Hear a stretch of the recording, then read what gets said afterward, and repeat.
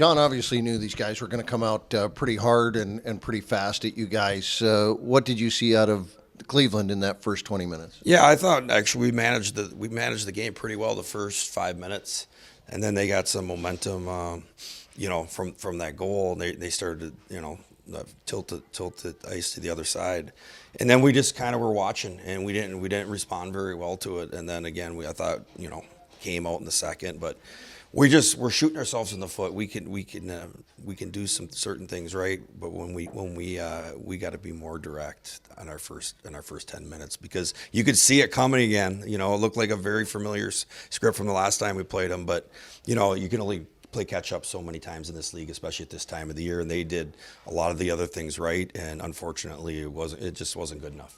I'm wondering, did it feel a little bit too like some of the other games that haven't gone your way as well? You come out with a good game, you come out with a big win, and then a game later you just have a tough time establishing presence. Yeah, well, again, we're in playoff hockey and division finals against a really good team on their ice.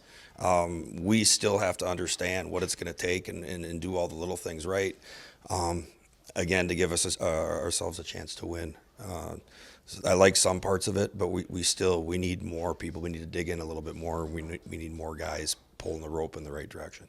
A lot of the hockey logic that happens out there is a split. You come down, you have a split in a playoff series on the road. You go home somewhat satisfied with that.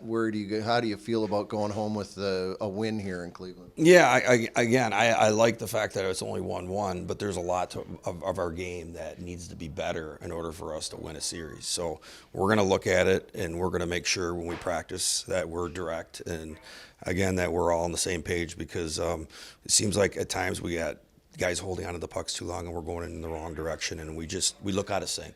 But when we do look in sync, you can see the difference. So it should be real easy to fix on our side, but we're going to need guys to understand what kind of series it is and what we need to do moving forward to be more successful and give ourselves the best chance to win.